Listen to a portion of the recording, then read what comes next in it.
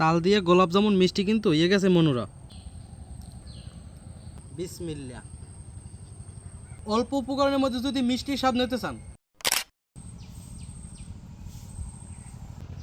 ও মা, প্রত্যেক বছর ভাদ্র মাস আইলেই অনেক রকমের পিঠা বানাইয়া খাওয়া, এবছর তো কিছুই খাওয়াইলে না। তোমরা তো তাল আনো না বাবা। তাল আজকে এই দুইটা তাল আনছে, কাল পাহা দেখো কালা মিসমিসিয়া, ঘেরান হুমলেই তো শান্তি।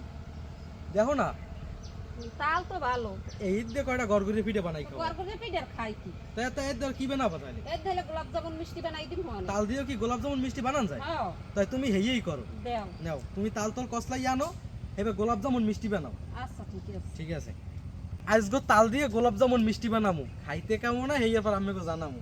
মায় ঘর দিয়ে তাল কসলাই রেডি করে দিয়েছে, আর মিষ্টি বানানোর লাগে যে যে উপকরণ লাগবে সব লইয়ে বইয়ে পড়ছি। এখন মিষ্টিগুলো বানাইয়ে নিমু।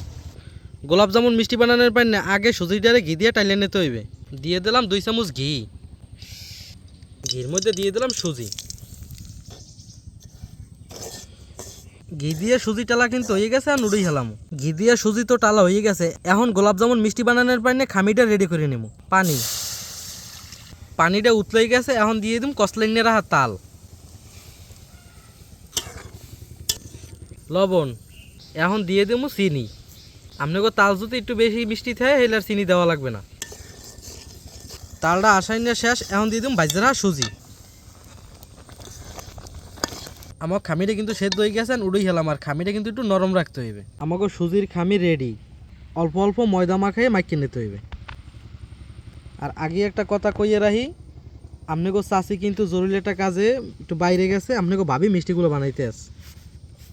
গোলাপ জামুন মিষ্টির লেগে খামি রেডি, এখন হাতে ঘি মেখে মিষ্টিগুলো বানাই নিতে হইবে।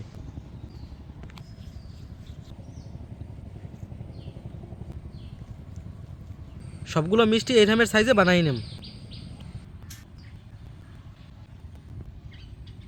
সব মিষ্টিগুলো বানাই নেম গো, হয়ে গেছে। মিষ্টি ভাজার পাই না তেল, তেল গরম হয়ে গেছে, আর মিষ্টিগুলো ভাজে নিম। এই মিষ্টিটা ভাজার মধ্যে একটা সিস্টেম আছে, আপনাকে এটা কইয়ে দিই। চুলার জাল অল্প অল্প দিয়ে ভাজার কারণে এই মিষ্টিগুলো ফাইটে গেছে, যার কারণে আপনাকে আমরা দেখাইতে পারিনি। হতাশার মধ্যে পড়ে এই আবার বেশি জাল দিয়ে ভাজি, এই মিষ্টিগুলো সঠিক হয়েছে। তো এখন মোর রিকমেন্ড হয়েছে চুলার জাল বেশি দিয়ে এবার মিষ্টিগুলো ভাজবেন, হেলেই এরম হইবে, নাইলে কিন্তু আমার মতো এরকম কপাল ফাটবে। আপনাকেও ফাড়া কপাল জোড়া কপাল। মিষ্টি শিরা করার পানি এখন দিয়ে দেবো করই চিনি, যেই পরিমাণ চিনি দিয়েছি সেই পরিমাণ পানি।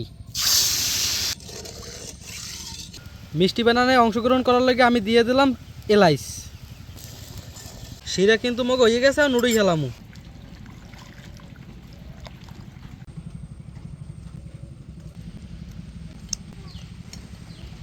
এখন 2-2.5 ঘন্টার লাগে মিষ্টিটা রেস্টে রেখে দেব।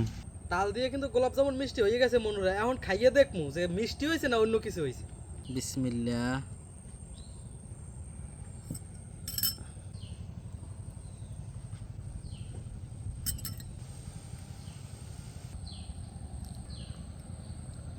বিসমিল্লাহ। যদিও আমরা 2-2.5 ঘন্টার কথা কইছি, কিন্তু 2-2.5 ঘন্টা রাখতে হয় না, কারণ লোভে আর মানে না। হেয়ার কারণে একটু শক্ত শক্ত রয়ে গেছে।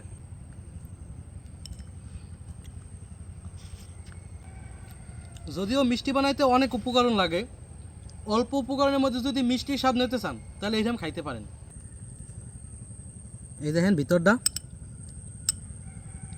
এই সে মিষ্টির ভিতরটা। তালের গোলাপ জামুন মিষ্টি মনুরা এক কিন্তু জম্মের মজা। তাই এর আগেও আমরা কেরা কেরা তালের গোলাপ জামুন মিষ্টি বানাই খাইছেন জানাইতে কলম বলবেন না। আর আজকে আমাকে কি আসলেই গোলাপ জামুন মিষ্টি হয়েছে না কি হয়েছে আপনারা কমেন্টে জানাইবেন। আমার দ্বারা মনে হয় না যে এটা একদম পারফেক্ট মিষ্টি হয়েছে, কিন্তু আমি আগেই কইছি যে আপনারা যদি মিষ্টি স্বাদ নিতে চান তাইলে বানাই খাইতে পারেন। আলহামদুলিল্লাহ, একদম যদি রেটিং দিই তো রেটিংয়ের মধ্যে আপনার 10-এর ভিতরে 7 থাকবে। মানে এখন আপনারা বুঝতে নেন যে এটা কতটুকু পারফেক্ট হয়েছে। তা আপনারা অবশ্যই জানাই দেবেন আজকে ভিডিওটা আপনাদের দ্বারা কেমন লাগছে।